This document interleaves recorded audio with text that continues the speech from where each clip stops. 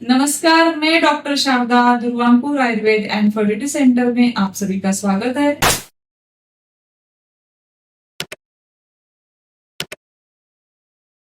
आज मैं अपने वाघोली पुणे सेंटर में आई हूँ और आज मेरी पेशेंट प्रतीक्षा और उसके हस्बैंड शेखर सूर्यवंशी यहाँ पे आए हुए हैं।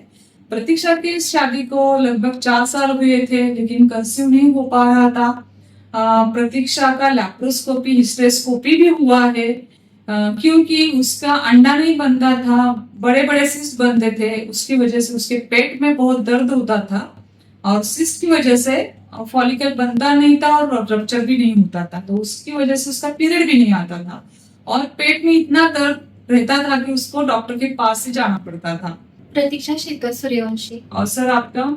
शेखर कृष्णा सूर्यवंशी है। मैं फिलहाल प्राइवेट जॉब करता हूँ कंपनी में एज ए इंजीनियर हैं आप, और प्रतीक्षा आप हाउसवाइफ। हाउसवाइफ है। तो दुर्गापुर आयुर्वेद में आने के पहले आप कहाँ गए थे, मतलब कहाँ क्या क्या ट्रीटमेंट हुआ है आपका? पहले हमने गांव में ट्रीटमेंट लिया, हाँ, वहाँ पे भी 1-1.5 साल ट्रीटमेंट चालू ही था। उसके बाद दूसरा दवाखाना किया, वहाँ भी चालू किया था, वहाँ पे भी कुछ उसका असर नहीं हुआ। पेट में मेरे दर्द होता ही था, उनके टेबलेट लो कुछ भी लो, लेप्रोस्कोपी भी किया तभी भी कुछ असर नहीं हुआ। लैप्रोस्कोपी और हिस्टेरोस्कोपी दोनों भी हुआ, वो सिस्ट आपके निकाल दी। फिर भी आपका दर्द चालू ही था। हाँ, 1-1.5 साल हो गया हिस्टेरोस्कोपी किया हुआ। हाँ, मतलब उसके बाद भी आराम नहीं मिला। आराम नहीं। तो दर्द क्यों होता था, मतलब क्या बताया था उन्होंने? किसी ने रीजन कुछ बताया नहीं, किसी को फाइंड आउट ही नहीं हुआ क्या हुआ था, किस वजह से हो रहा है। हाँ। और अंडा भी नहीं बनता था और फिर पीरियड भी नहीं आता था।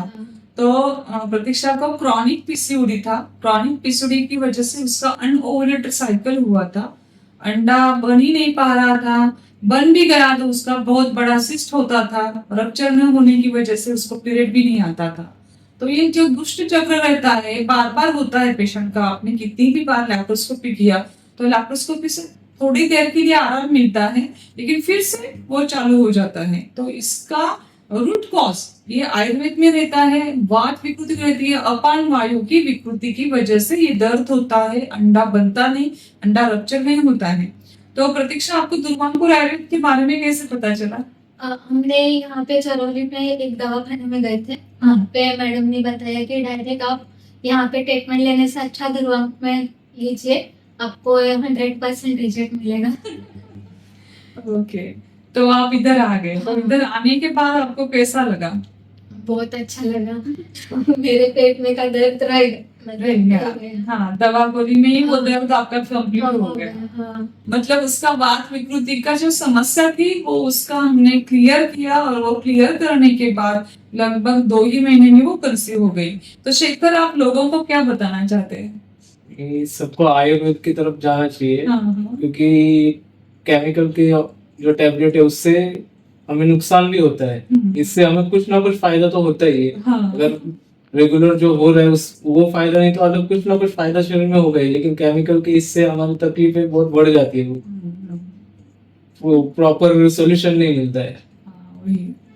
तो मतलब लोगों को आप, मतलब जैसे कि आप पेशेंट अभी बाहर एक पेशेंट है, वो भी कंसीव हुआ है, 2 आईवीएफ फेल के बाद वो अपने पास कंसीव हुआ है। आईवीएफ और आयुर्वेद के पहले आयुर्वेद करना चाहिए, बाद में उस तरफ जाना चाहिए। हमें भी बोला था आईवीएफ के लिए, लेकिन हमने तैयार नहीं था, निकल गई।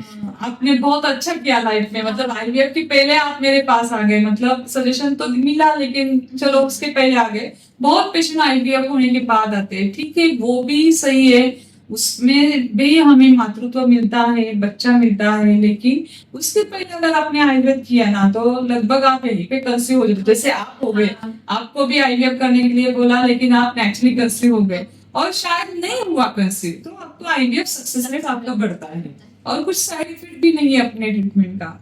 तो प्रतीक्षा, शेखर, आपके आगे के जर्नी के लिए बहुत सारी शुभकामनाएं, और अभी बच्चे के साथ हम फिर से वीडियो लेंगे, तब तक के लिए बहुत सारी शुभकामनाएं। धन्यवाद।